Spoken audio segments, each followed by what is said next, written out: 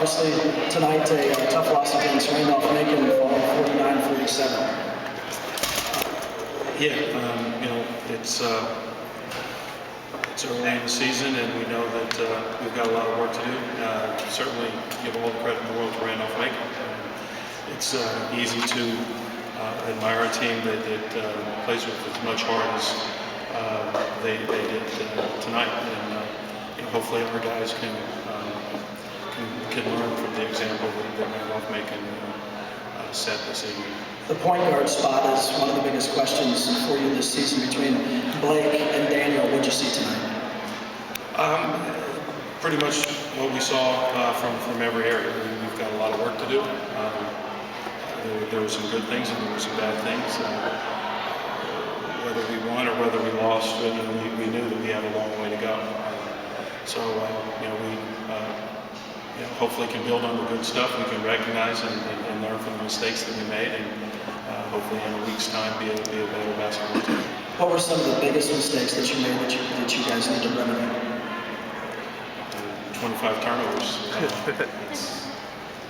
think pretty obvious. We've got to value the ball more. I mean, it's clear we're not a particularly strong offensive team. We really struggle to score points. So we need to make sure that we've got as many possessions as we possibly can have. And, when you turn the ball over 25 times, that's not being very efficient. We've got to be much improved in that area. Jeff, how much of that difficulty on offense is adjusting to new faces, guys getting used to playing with each other? I don't know how to quantify it, but certainly that is, that's something that time hopefully will take care of. But you can't really rush it. They just got to play out there on the floor together. I thought, particularly in the first half, in the second half we had a little bit more fight, but I thought we were reactionary the whole game. I thought Randolph Macon attacked us and were the aggressors throughout the entire game. And when we did attack, it really is a team. And I think that a lot of the turnovers resulted when individuals were trying to do probably too much. So again, you never like to lose. It's not fun, but we know that we've got a long way to go, and it's early. That doesn't excuse the mistakes that we made. This gives us certainly a very good jumping off point in terms of knowing things that very, very specifically we need to improve on, and kind of areas where we just need to be better to give ourselves a chance.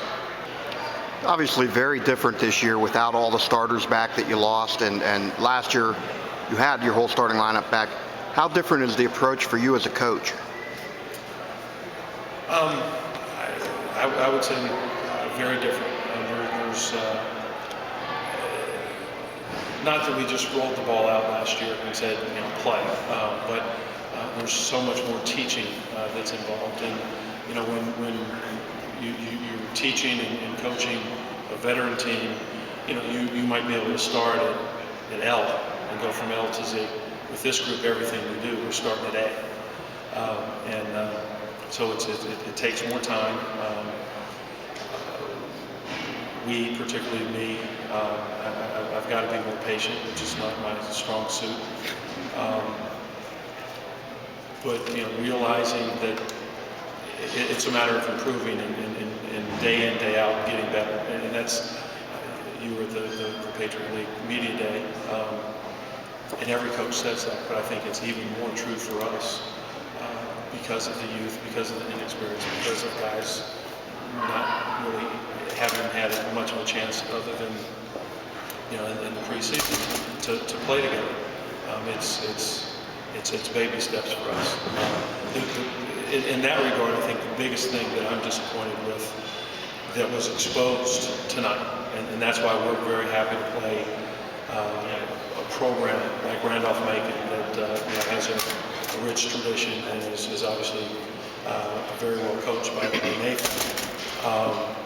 As we knew we'd be tested and it would be a great opportunity to kind of see where we were. But having said that,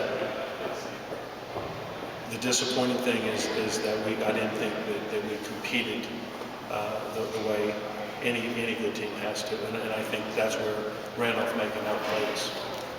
You played a little bit of man tonight, but you also played a lot of 3-2, especially towards the end of the game in the second half. Is there sort of comfortability that your players have with the 3-2?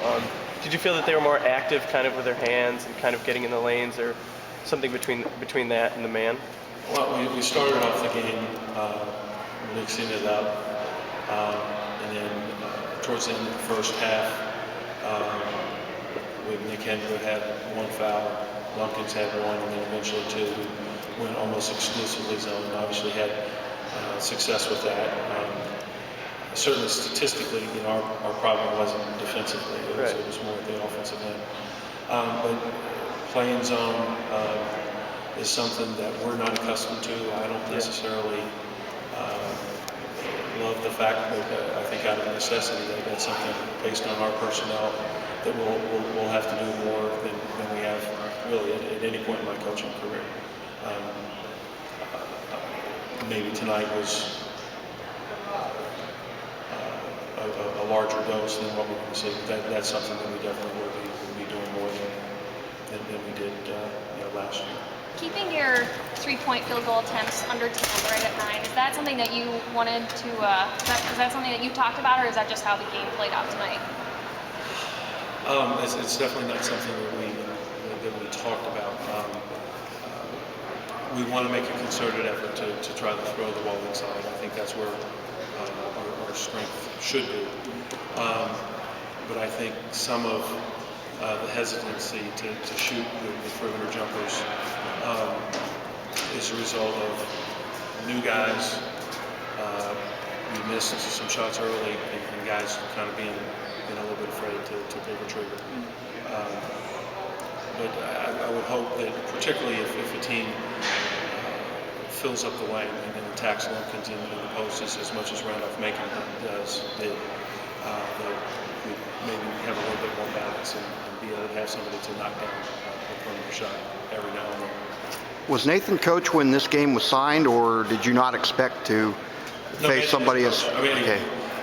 Obviously, Randolph Macon had a very good year a year ago, but because of our coaching staff's relationship and respect for Nathan, it's something we talked about, I think, in July on the recruiting trail. So you knew it was going to be a team that knew your system more than a typical D3 coming in. Reason, if you look back to the last few years, we didn't play any exhibitions, and we did it this year with Randolph Macon, and we've got Catholic coming up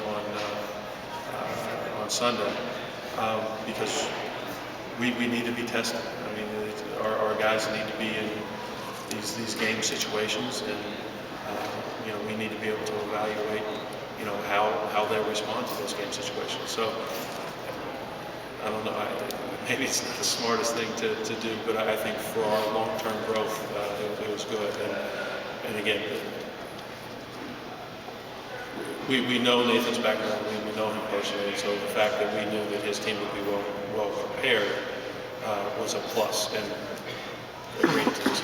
Did you feel at times like you were playing an old Pat Flannery team? They seemed to run a lot of similar offense.